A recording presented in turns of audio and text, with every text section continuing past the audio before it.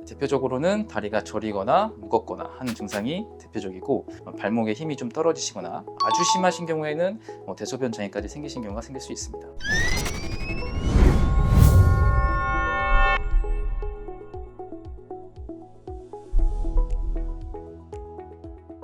전문의와 소통하고 건강을 이야기하는 시간, 의사소통! 안녕하세요. 저는 진행을 맡은 아나운서 최슬기입니다. 자, 오늘은요, 더 서울병원의 장보은 척추센터장님과 이야기를 한번 나눠보도록 하겠습니다. 안녕하세요. 안녕하십니까. 더 서울병원 척추센터 정형외과 장보훈입니다.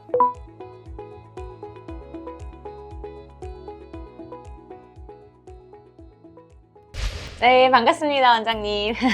자, 오늘 주제는요, 걸으면 다리가 저리고 쉬면 괜찮아진다? 요추관 협착증 의심의 신호 준비해 봤습니다. 자, 그러면 가보도록 하겠습니다.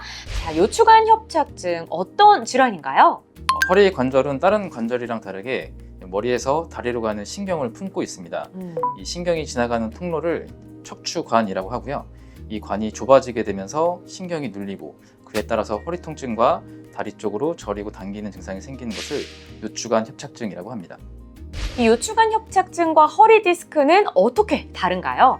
허리 디스크는 허리뼈와 허리뼈 사이에 있는 연골인 디스크가 터져서 신경을 누름으로써 증상이 나타나게 돼서, 디스크가 터지는 경우는 이제 나이랑 상관없이 젊은 층에서도 증상이 좀 발생이 될 수 있고, 증상도 명확하게 언제부터 아프기 시작했는지, 또 아픈 지 얼마 안 됐어도 병원에 찾아오시기 때문에 급성 양상을 가지고서 병원을 내원하시는 경우가 많고요. 네.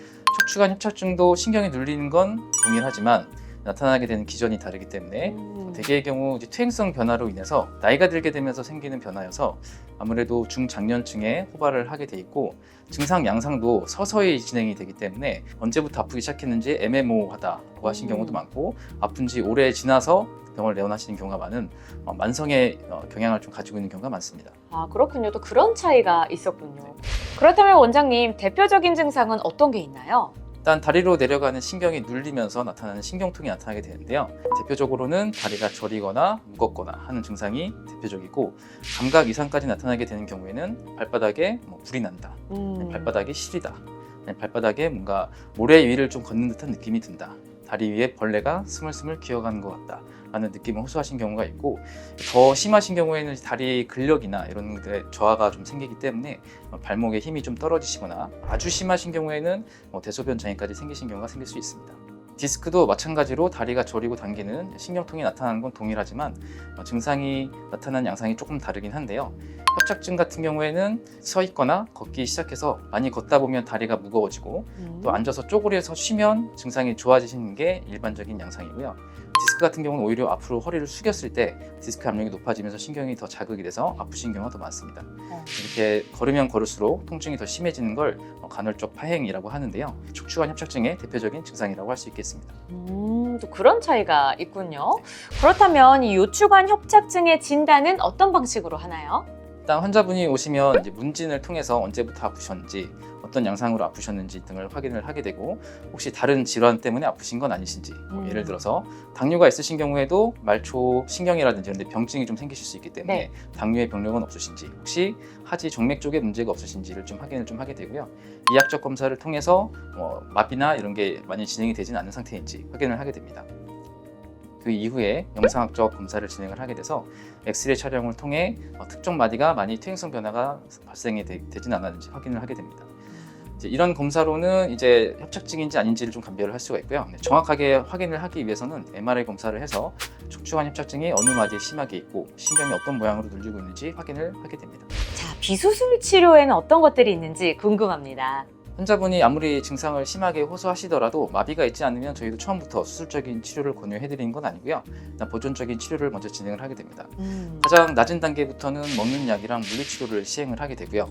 그런 치료에 반응이 없으시면 그 이후에는 약물을 직접 퇴행성 변화가 심한 마디에 주입을 해드리는 신경 차단 주사를 시행을 하게 되고, 혹시나 그런 치료에도 반응이 없으시거나 통증을 심하게 호소하시면 풍선 신경 성형술 등을 시행을 하게 됩니다.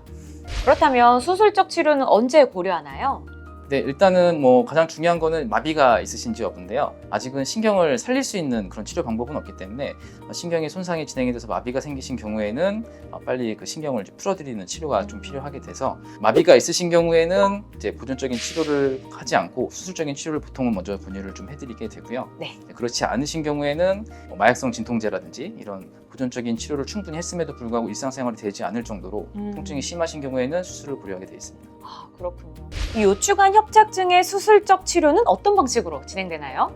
네, 수술은 뭐 요즘에는 뭐 내시경이라든지 이런 비침습적인 방법을 이용해서 신경을 누르고 있는 조직들을 제거를 하는 간단한 수술을 하게 됩니다. 하지만 척추 관절에 불안정성이 있는 경우 감압술이라고 하는 신경 주변에 있는 조직을 제거하는 수술을 했을 때 불안정성이 더 커져서 나중에는 다시 또 신경이 눌리거나 불안정성으로 인해 뭐 전방전이증이라든지 척추 관절 자체에 불안정성이 좀 생길 수가 있기 때문에, 불안정성이 있는 경우에는 나사 고정을 통한 유압술을 진행을 같이 하는 경우가 있습니다. 유압술의 경우에는 신경 감압을 충분히 한 이후에 후관절이라든지 척추 관절의 불안정성이 우려가 되는 경우 추가로 진행을 하게 되는데, 척추경이라고 하는 부분에 나사를 이제 삽입을 하게 되고 척추뼈 몸체와 몸체 사이에 디스크를 제거한 후에 그 사이를 채워줄 수 있는 인공 뼈 기둥을 삽입을 하게 됩니다. 그 이후에 이제 나사를, 위아래에 있는 나사를 고정을 함으로써 척추 관절의 안정성을 도모하게 됩니다. 자, 그렇다면 이 수술적 치료 그리고 비수술적 치료의 기간은 각각 어떻게 되나요? 보통 일반적으로 비수술적 치료를 먼저 3개월 정도 진행을 하게 됩니다. 3개월 이내에 증상이 호전이 되신 양상이시면 수술적인 치료를 진행을 하지 않게 되고요. 3개월 정도 충분히 보존적인 치료를 했음에도 불구하고 증상 호전이 없거나 처음부터 마비가 있으시거나 아니면 비수술적 치료 중간에라도 마비가 발생이 되시는 경우에는 수술적 치료를 권유해드리고 있습니다. 네, 수술을 하시는 경우에는 그 이후에 재활 운동이나 이런 걸 좀 진행을 하게 되는데, 일단 첫 한 달간은 보조기 착용을 하시고 이제 보통 안정을 취하셔서 허리 주변의 근육이나 이런 인대라든지 그런 것들이 좀 자리를 잡을 수 있게 시간을 좀 드리고, 그 이후에는 허리 근력 운동을 함으로써 그 부위가 다시 재발이 되거나 하지 않도록 치료를 진행을 해드리고 있습니다. 여러분들이 기다리셨던 코너 시청자 질문 Yes or No입니다. 자, 우리 더 서울병원의 유튜브 시청자분들께서 주신 질문에 전문의가 답변해 드리는 시간인데요. 자, 그러면 첫 번째 질문 가보도록 하겠습니다. 허리는 별로 안 아픈데 다리만 저려도 협착증일 수 있다? 정답은 O입니다.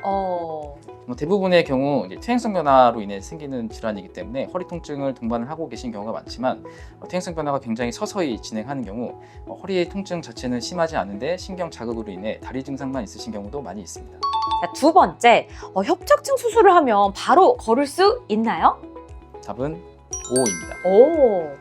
협착증 수술을 하게 되면 눌려있던 신경이 풀리기 때문에 바로 엉덩이나 다리 쪽으로 내려가는 통증이 많이 감소가 되셔서 보행하시는데 크게 어려움 없이 잘 진행하신 경우가 대부분이시고요. 아무래도 신경이 회복이 되는데 시간이 조금 걸리기 때문에 한 달에서 3개월까지는 증상이 잔존해 있으실 수는 있지만 수술 전보다는 확실히 편하게 잘 걸으실 수 있습니다. 그렇군요. 아무래도 이 협착증 관련해서 이제 고민이 있으신 분들이 많으실 것 같은데, 그런 분들을 위해서 원장님 한 말씀 부탁드립니다. 네. 허리가 아프고 다리가 아프신 경우 이제 치료에 대해서 막연하게 걱정을 많이 하셔서 병원에 늦게 오신 경우가 있습니다. 초기에 오셨으면 빨리 먹는 약이나 물리치료만으로도 좋아지실 수 있는데 병원을 더 키워서 오신 경우가 있는데요. 저희도 처음부터 수술적인 치료를 권유하지 않고 보조적인 치료를 충분히 거친 이후에 치료를 결정을 하기 때문에 너무 치료에 대한 걱정하지 마시고 편하게 오셔서 검사와 치료를 받으셔서 병이 더 커지기 전에 간단하게 치료를 좀 받으시는 게 좋을 것 같습니다. 자, 오늘은 요추관 협착증에 관련해서 이야기를 나눠봤습니다. 오늘 내용이 도움이 되셨다면 구독, 좋아요, 댓글, 알림 설정까지 부탁드립니다. 자, 다음 시간에도 더욱더 알찬 주제로 찾아오겠다고 약속하며 전문의와 소통하는 시간 의사소통! 저희는 다음에 만나요. 안녕!